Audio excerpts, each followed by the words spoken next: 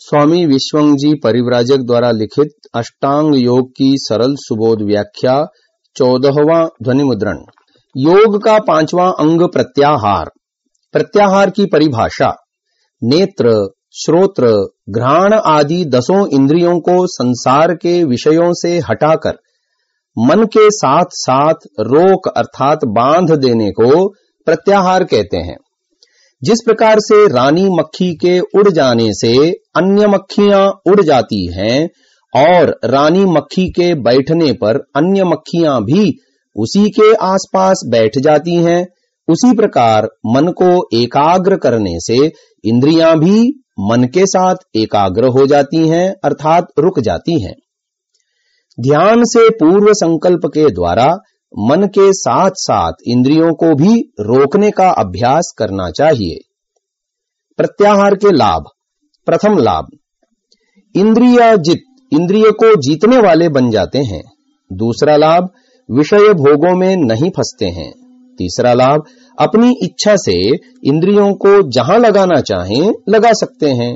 चौथा लाभ, पूर्ण एकाग्रता से ध्यान कर सकते हैं। पांचवा लाभ, आत्मदर्शन के अधिकारी बन जाते हैं। योग के 8 अंगों में 5वां अंग है प्रत्याहार। जब हम स्वयं को, अपनी आदतों को, अपनी क्रियाओं को, अपने वैयक्तिक जीवन को देखते हैं तो स्पष्ट प्रतीति होती है कि मेरा व्यवहार किस तरह का है। जब स्वयं को देखकर उसके साथ साथ अन्यों को देखते हैं तो अन्यों के व्यवहार को देखकर हम ये समझ लेते हैं जैसा मैं स्वयं के लिए व्यवहार कर रहा हूं, जिस प्रकार की आदतें मेरे अंदर हैं, जिन आदतों से मजबूर होकर जिन जिन क्रियाओं को मैं कर रहा हूं वैसा ही अन्य व्यक्ति भी कर रहे हैं।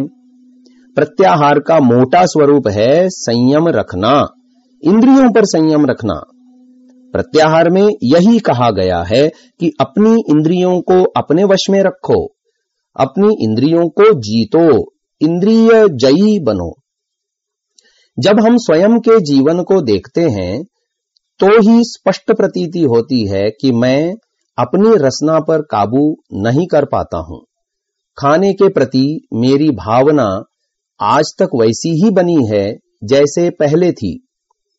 इतना ही नहीं, उससे भी ज्यादा बनती जा रही है।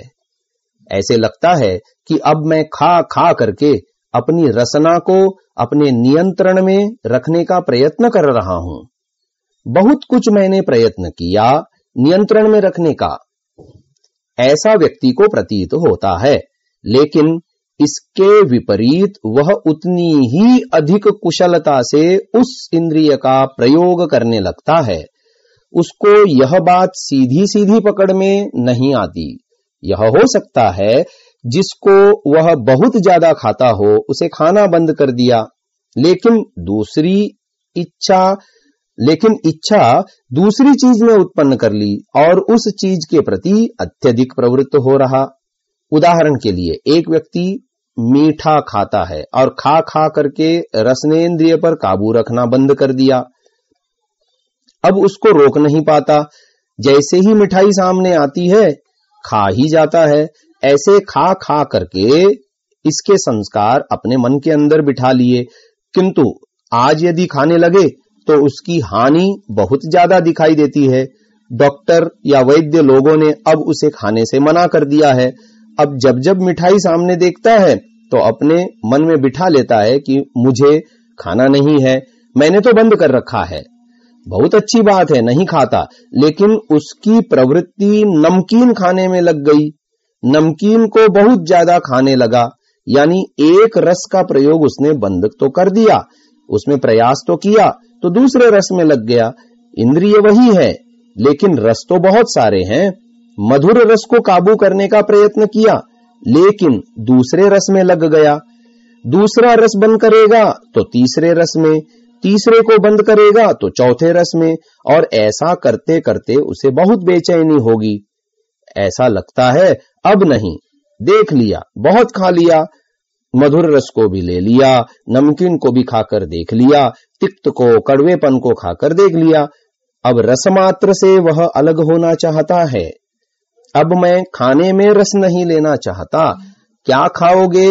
जब सब कुछ अब आपने बंद कर लिया, ऐसा लगता है अब खाने में उसने विजय प्राप्त कर ली, नियंत्रण कर लिया। अब जीने के लिए खा रहा है, पहले खाने के लिए जी रहा था। ऐसी स्थिति में वह आ जाता है।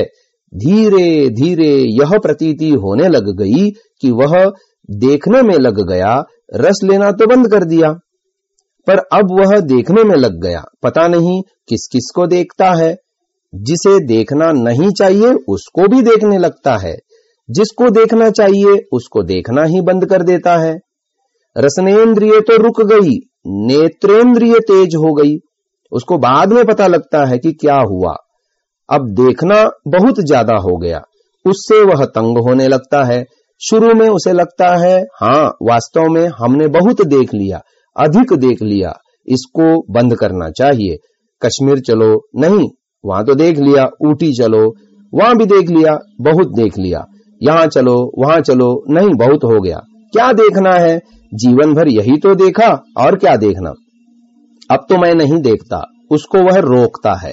अब देखना तो बंद कर दिया, लेकिन यह तो सुनना है, वह तो सुनना है, बहुत सुनने में लग गया। ऐसा करते करते वह एक इंद्रिय को रोकने का प्रयत्न करता है तो दूसरी इंद्रिय में लग जाता है, दूसरी इंद्रिय को रोकता है तो पहली इंद्रिय में लग जाता है, रोक ही नहीं पाता। एक इंद्रिय को रोकने में ही बड़ी कठिनाई आ रही है, पांचों ज्ञानेंद्रियों को रोकना तो अत्यंत कठिन हो जाएगा। कैसे हम इंद्रिय जित बनेंगे? कैसे इन इंद्रियों को रोक पाएंगे? बहुत ही कठिन है। इनको रोकना हो तो अंदर भूख उत्पन्न करनी होगी। बिना तपस्या के व्यक्ति इंद्रियों को नहीं जीत सकता। इंद्रियों को जीतना हो तो तपस्या करनी ही पड़ेगी, और तपस्या के पीछे त्याग की भावना लानी पड़ती है। त्याग की भावना और तपस्या को हमने साथ में जोड़ लिया तो हम इंद्रियों को जीतने में सक्षम हो जाएंगे। वैसे हम तपस्या बहुत करते हैं। दुनिया में ऐसा कोई व्यक्ति नहीं है जो तपस्या न करता हो। बिना तपस्या के व्यक्ति कोई भी कार्य नहीं कर सकता। पैसे की भूख है तो हम पता नहीं कहां कहां जाते हैं, कहां कहां से लाते हैं, क्या क्या करते हैं, सुबह से लेकर रात्रि में सोने तक, और जब से होश में आए हैं तब से आज तक हम उसी में तो लगे हुए हैं। बहुत मेहनत किए जा रहे हैं क्योंकि उसकी भूख है। ईश्वर को प्राप्त करने की ऐसी भूख हम में नहीं है। जब ईश्वर को प्राप्त करने के लिए भूख ही नहीं है तो इंद्रियों के ऊपर संयम नहीं कर पाएंगे। सम्मान हो रहा है तो उसके प्रभाव को नहीं रोक पाएंगे, अपमान हो रहा है तो उसके प्रभाव को नहीं रोक पाएंगे। हम तुच्छ पदार्थ को सामने रखकर बड़े लक्ष्य से दूर हुए जा रहे हैं। व्यक्ति छोटे लक्ष्य को सामने रखकर चलता है तो तपस्या नहीं कर पाता। इंद्रियों को जीतने के लिए व्यक्ति को तपस्या करनी पड़ेगी। जीवन में कम से कम एक बार व्यक्ति को मदारी का खेल अवश्य देखना चाहिए। जिसने अपने जीवन में मदारी का खेल नहीं देखा हो, मैं समझता हूं उसने बहुत बड़े उदाहरण को अपने जीवन से निकाल दिया। एक मदारी चेतन होकर एक चेतन वस्तु को नचाता है, बहुत अच्छे ढंग से नचाता है। एक चेतन वस्तु दूसरी चेतन वस्तु को नचा रही है।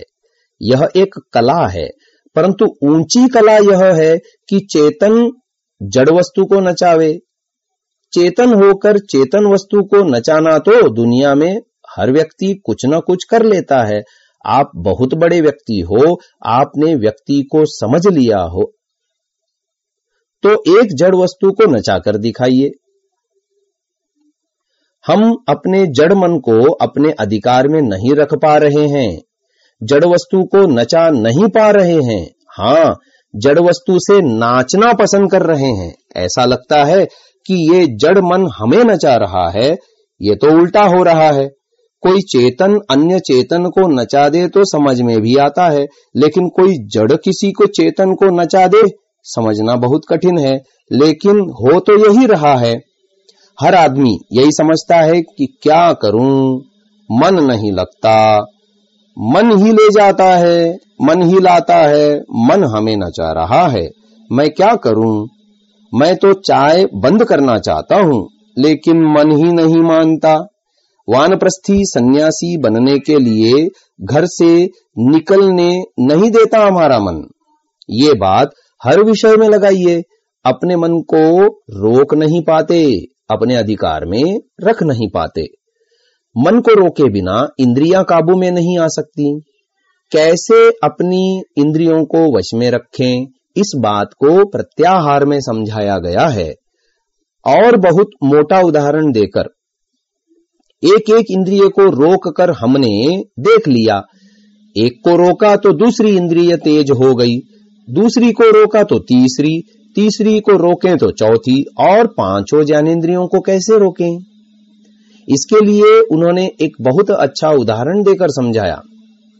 आप इंद्रियजित बनना चाहते हो, इंद्रियों को रोकना चाहते हो, तो प्रत्याहार की सिद्धि करना प्रारंभ करो। योग को अपनाना चाहते हो, योगाभ्यास करना चाहते हो, ईश्वर का दर्शन करना चाहते हो, तो क्या काम करो, एक वस्तु को रोको, बस एक को रोकने का प्रयत्न करो। ऐसी वस्तु को रोक लो जिसको रोकने से बाकी सारी इंद्रियां अपने आप रुक जाएं। उदाहरण दिया महर्षि वेदव्यास जी ने रानी मक्खी। जब उड़ करके चली जाती है, रानी मक्खी कहीं जाकर बैठ जाती है, तो उसके इर्द गिर्द बाकी सारी मक्खियां बैठ जाती हैं। उसी प्रकार से हमारे शरीर के अंदर जो मन है वही रानी मक्खी है, और बाकी इंद्रियां साधारण मक्खियां हैं।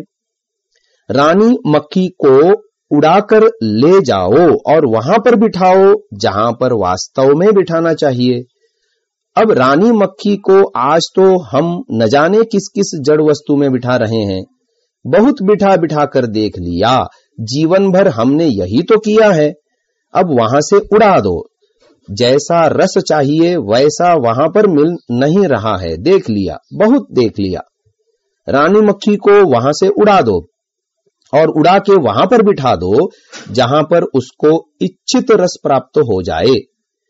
संसार से उस रानी मक्खी को हटाकर भगवान में बिठा दो। जैसे ही हमने रानी मक्खी को ईश्वर में बिठाया, वैसे ही बाकी सारी मक्खियां अर्थात इंद्रियां वहां पर आके बैठ जाएंगी। अब उनको रोकने की चेष्टा विशेष नहीं करनी पड़ेगी, एक एक को पकड़कर बिठाने की चेष्टा नहीं करनी है। बस एक रानी मक्खी को बिठा दिया है तो बाकी मक्खियां वहीं पर आके बैठ जाएंगी। फिर यह अनियंत्रित देखना, सूंघना व छूना सब बंद हो जाएंगे। प्रत्याहार में मन को अपने काबू में रखो, मन को रोकने का प्रयत्न करो, क्योंकि मन के आधार पर ही बाकी इंद्रियां कार्य करती हैं। उसको रोका है तो बाकी इंद्रियां कुछ भी नहीं कर सकती हैं। न चाहते हुए भी ये इंद्रियां वहीं पर आकर बैठ जाएंगी जहां मन को बिठा दिया है। इसी का नाम प्रत्याहार है। ऐसा करने के लिए तपस्या को त्याग के साथ जोड़ना होगा। भूख जगानी होगी परमपिता परमात्मा के लिए। प्रभु के प्रति भूख जग जाती है तो वास्तव में हम अपने मन को प्रभु में लगा देंगे। तब ये इंद्रियां जो इधर उधर दौड़ रही हैं, वे सब मन के पास आकर बैठ जाएंगी। इसी का नाम प्रत्याहार है। प्रत्याहार की सिद्धि से ही हम अपने मन को परमात्मा में लगाकर परमात्मा का दर्शन कर सकते हैं।